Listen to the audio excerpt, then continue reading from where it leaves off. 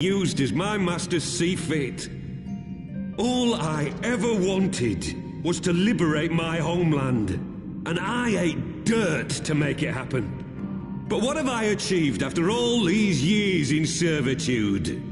Nothing. Not a bloody thing! If we ourselves are not free to think and to act, how are we ever to reclaim our homeland? Know this. There is nothing I would not give to take back Alamigo. Nothing!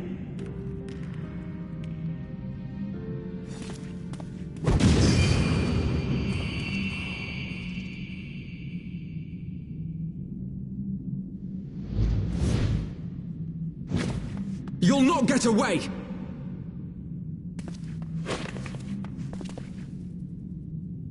No, Master Alphino. Now is not the time.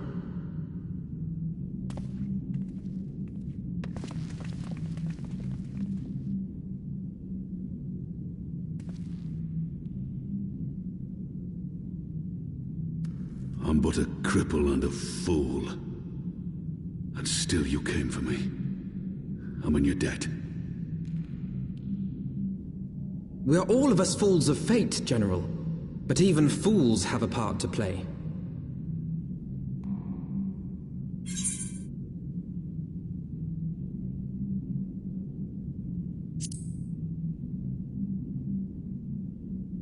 Rest assured, I was not planning to die till I'd avenged the Sultana.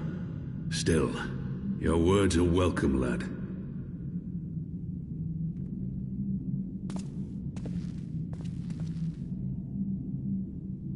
Know this, Ilberd. There is nothing I would not give to see you pay for what you've done. My wealth, my arm, my life.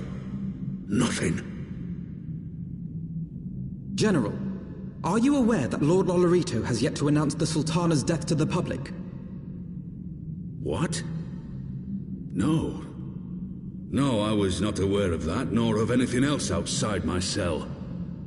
'Tis passing strange, though. I assumed the bastard would make it known at the first opportunity, and set about tearing down the Sultanate. As did we all. And it is indeed strange that he did not. Strange, or perhaps revealing. Now, I have no conclusive proof, nor do I wish to give you false hope, but I have reason to believe that Her Grace may yet live. What? But how can that be? Forgive me, friends, but it is not safe here. Let us continue this conversation without.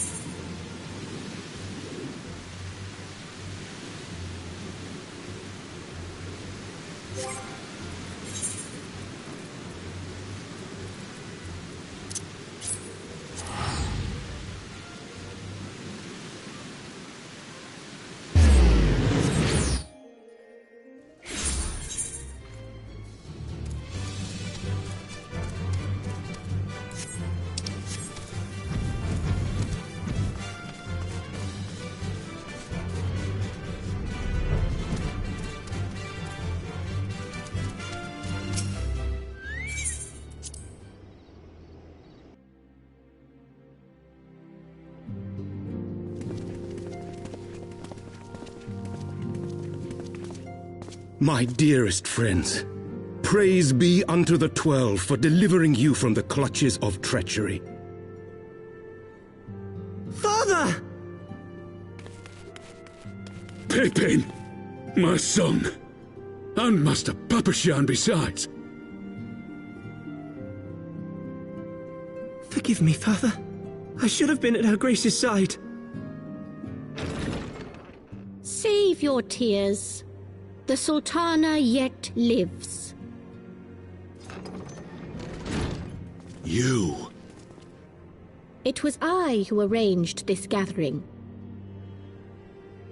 And judging by your perplexed expressions, it would seem introductions are in order. I am Dulala, head of the Order of Noldthal, and member of the Syndicate. What you said about the Sultana, is it true? Is she alive? Young man, I understand you were with the Sultana when she drank from the poisoned goblet and collapsed.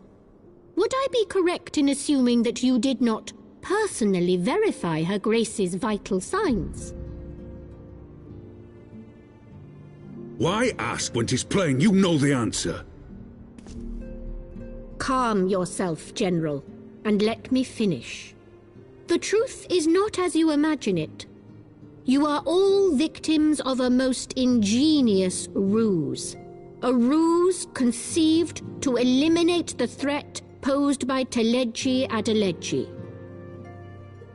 'Tis my belief that Teleji plotted the Sultana's assassination alone, but that Lolorito caught wind of his plot and exploited it to his own ends. He sought to manipulate you into eliminating Teleji for him, and you duly obliged. At one fell swoop, he removed his two foremost rivals, all the while remaining above suspicion. God strike me down for a fool. But the Sultana, how can it be that she lives? She lives because Lolorito willed it. Her own lady-in-waiting is but one of his many little birds. By her sleight of hand, the poison was switched for a less deadly draught before it could reach her mistress's lips. Some manner of sedative, perchance? Of a potency sufficient to induce a slumber like unto death.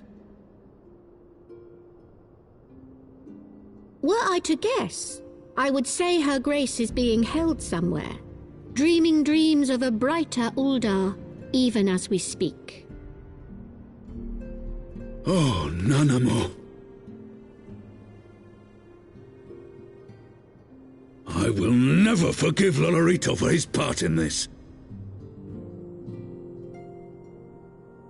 Though Lolorito's hands are far from clean, they did pluck Her Grace from the jaws of death. That must count for something. And though one may call the man's methods into question, it cannot be denied that he knows the value of stability, to the very gill, like as not. He craves power, 'tis true, but he has no desire to depose the Sultana. I had never taken sides in your feud with the monetarists, but it was not for want of concern for our nation's welfare. Indeed, 'twas out of the desire to see order restored that I furnished your Far Eastern friends with information, and arranged this gathering.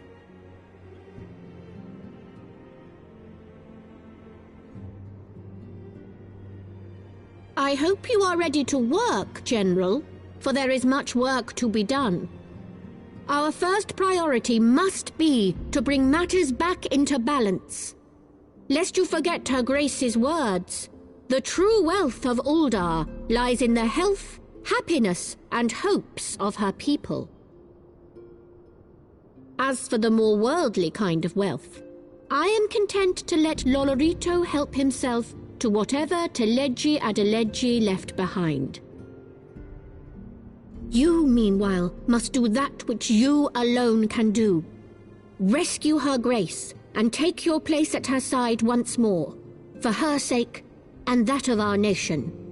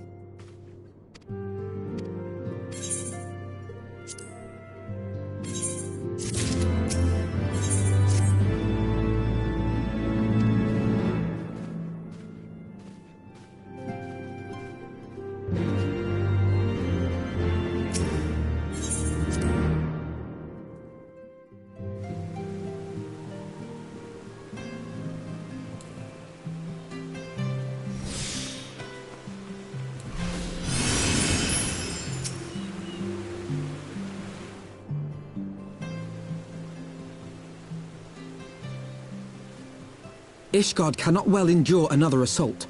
Even should her knights succeed in turning back the Horde, the casualties will be catastrophic. But what other choice do we have? It's not like we can talk it over with them. Dragons and men aren't exactly on speaking terms. With certain notable exceptions.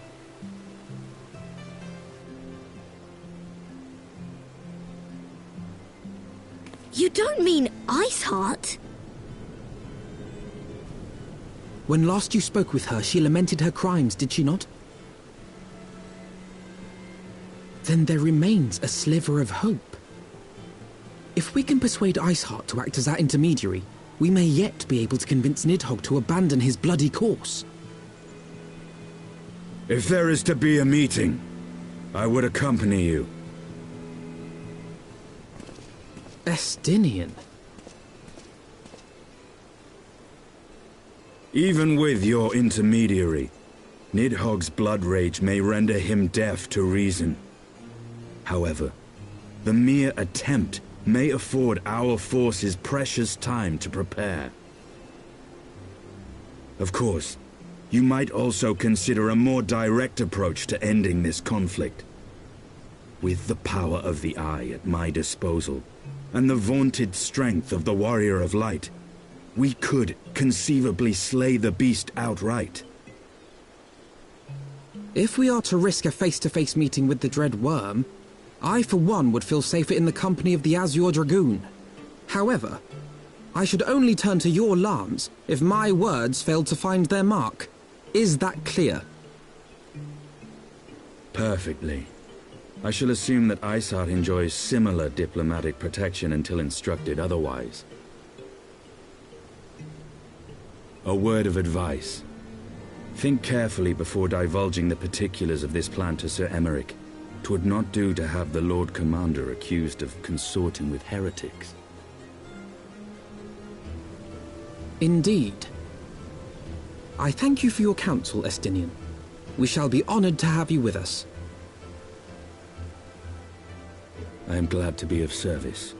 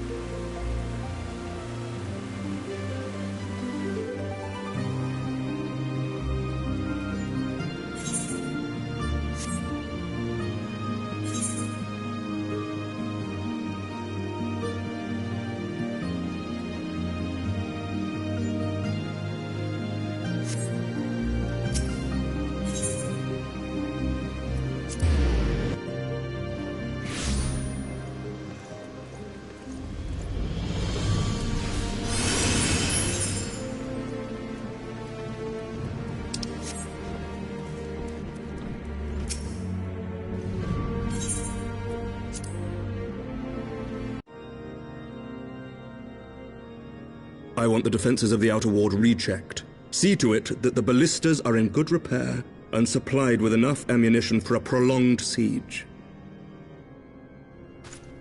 At once, my lord.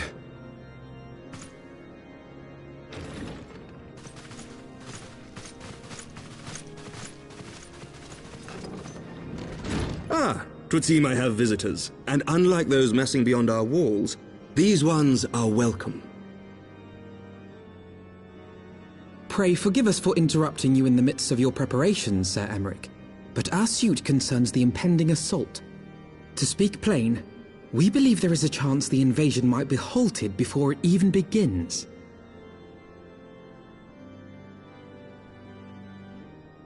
I can divulge little more at this time, but I must nevertheless request that you advise the Holy See to refrain from launching any preemptive sorties whilst we seek to put our plans in motion.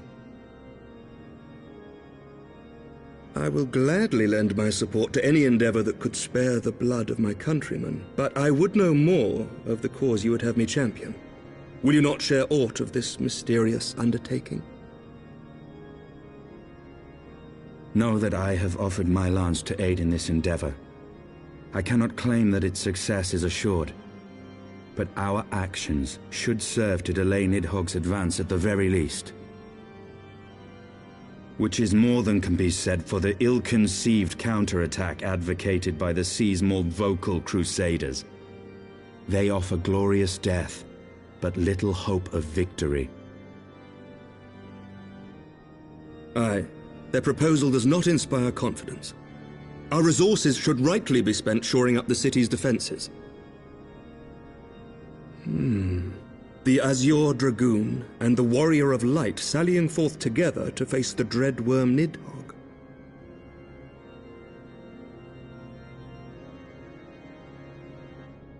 I must admit the mere thought of it does much to dispel my misgivings.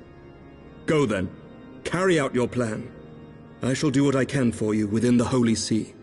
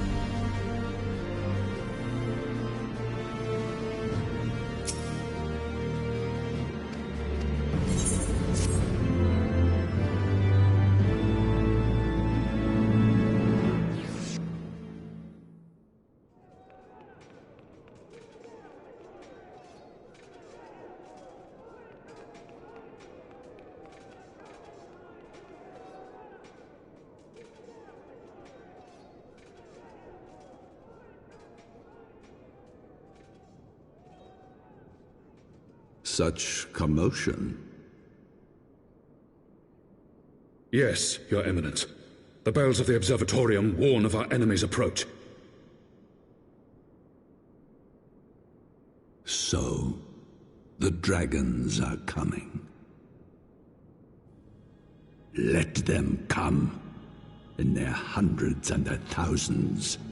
With the divine blade in our hands, we shall rend their flesh and drown the heretics in their master's blood. Even Nidhogg and his foul brood shall be powerless to resist us. And when we have rid the world of their pestilence, we shall turn our attention to our Ascian allies. See that they are suitably rewarded for their invaluable assistance. If I may, Your Eminence, the Paragons wield powers strange and unknowable. Can we be certain that they will not see through our deception? We can be certain of naught save the righteousness of our cause. If you would be a true leader of men, you must possess conviction as well as caution.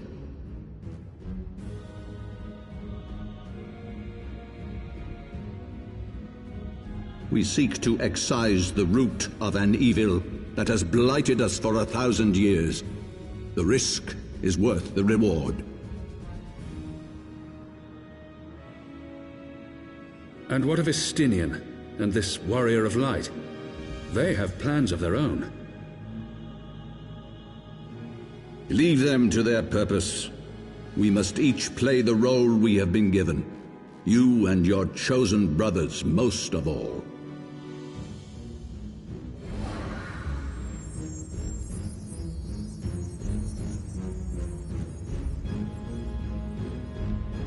For the glory of King Thordan.